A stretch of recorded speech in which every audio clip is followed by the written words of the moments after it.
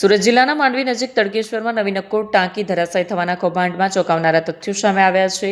ટાંકી બનાવવા માટે જે કોન્ક્રીટ વાપરવામાં આવ્યું હતું તેની સ્ટ્રેન્થ 25 થી 30 mm2ની જગ્યાએ માત્ર 8 થી 18 mm2 જ હતી, એટલે કે ટાંકી બનાવવા માટે જેટલું સિમેન્ટ વાપરવું જોઈતું હતું તેના કરતાં અડધું જ વપરાયું। જેટલી કપચી વાપરવાની હતી તે પણ ઓછી હતી। કોન્ક્રીટમાં રેતી અને પાણીનું પ્રમાણ વધુ હતું। ભ્રષ્ટાચારની આ ટાંકીનું તથ્ય જાણવા માટે પોલીસની SITએ એવીએનઆઈટી અને ગેરીની મદદ લીધી હતી। તેમણે પોલીસને પ્રાથમિક રિપોર્ટ આપ્યો હોવાનું જાણવા મળ્યું છે। તડકેશ્વરમાં 15 દિવસ પહેલા આ નવનિર્મિત ટાંકીમાં 9 લાખ લીટર પાણી ભરીને તેની ટ્રાયલ લેવામાં આવી રહી હતી, ત્યારે જ ટાંકી કકડભૂસ થઈ ગઈ હતી। આ ઘટનામાં ભ્રષ્ટાચારના સીધા સંકેત દેખાતા રાજ્ય સરકારે પણ તેને ખૂબ ગંભીરતાથી લઈ તરત જ પોલીસની સ્પેશિયલ ઇન્વેસ્ટિગેશન ટીમ બનાવી પોલીસ અત્યાર સુધી 8 લોકોની ધરપકડ કરી છે।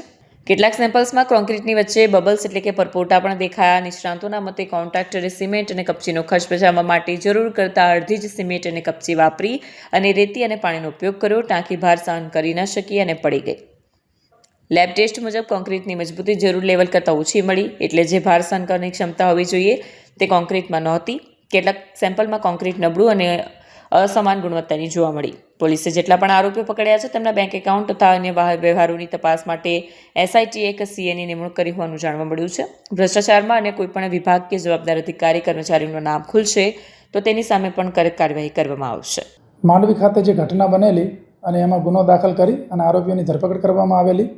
નામદાર કોર્ટમાંથી આરોપીઓના 5 દિવસના રિમાન્ડ મળેલ। આ રિમાન્ડ દરમિયાન ઘણી બધી અગત્યની બાબતો ધ્યાને આવેલી અને હાલ તપાસમાં અમે જે સરસ રીતે આગળ વધી રહ્યા છીએ। અમારા DYSP વનાર તપાસ કરી રહ્યા છે અને એમની સાથે અન્ય પણ અધિકારીઓની એક ટીમ અમે મદદમાં આપેલી છે અને તમામ મુદ્દાઓ પર તપાસ થઈ રહી છે। એમાં ખાસ કરીને એમની જે ટેન્ડર પ્રક્રિયા છે, એ સિવાય જે ટેકનિકલ બાબતો છે સૌથી અગત્યની, તો એમની વિજિલન્સ વિભાગની ટીમ અને SVNIT ટીમ જે છે, તો SVNITની ટીમ અને વિજિલન્સ વિભાગની ટીમ દ્વારા અલગ અલગ પ્રકારના સેમ્પલ્સ લેવામાં આવેલા છે।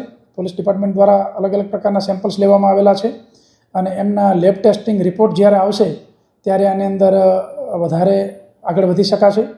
એ સિવાય જે નાણાકીય બાબતો છે કે કેટલા પેમેન્ટ થયા, ટેન્ડર જે છે એની ઘણી બધી વિગતો છે નાણાકીય, તો એ નાણાકીય વિગતો માટે એના એક્સપર્ટ તરીકે ચાર્ટર્ડ એકાઉન્ટન્ટને લેવામાં આવ્યા છે તપાસમાં અને ચાર્ટર્ડ એકાઉન્ટન્ટ જે છે એ અમને તપાસમાં મદદ કરશે અને ઘણા બધા પુરાવા મેળવી આપશે એ અમને વિશ્વાસ છે। અને આગળ એક પણ મુદ્દો બાકી ન રહી જાય તપાસનો અને ખૂબ સરસ રીતે તપાસ થાય અને આ ગંભીર ઘટના જે છે એમાં તમામ પ્રકારના યોગ્ય પુરાવા મેળવી નામદાર કોર્ટમાં ચાર્જશીટ કરવામાં આવશે।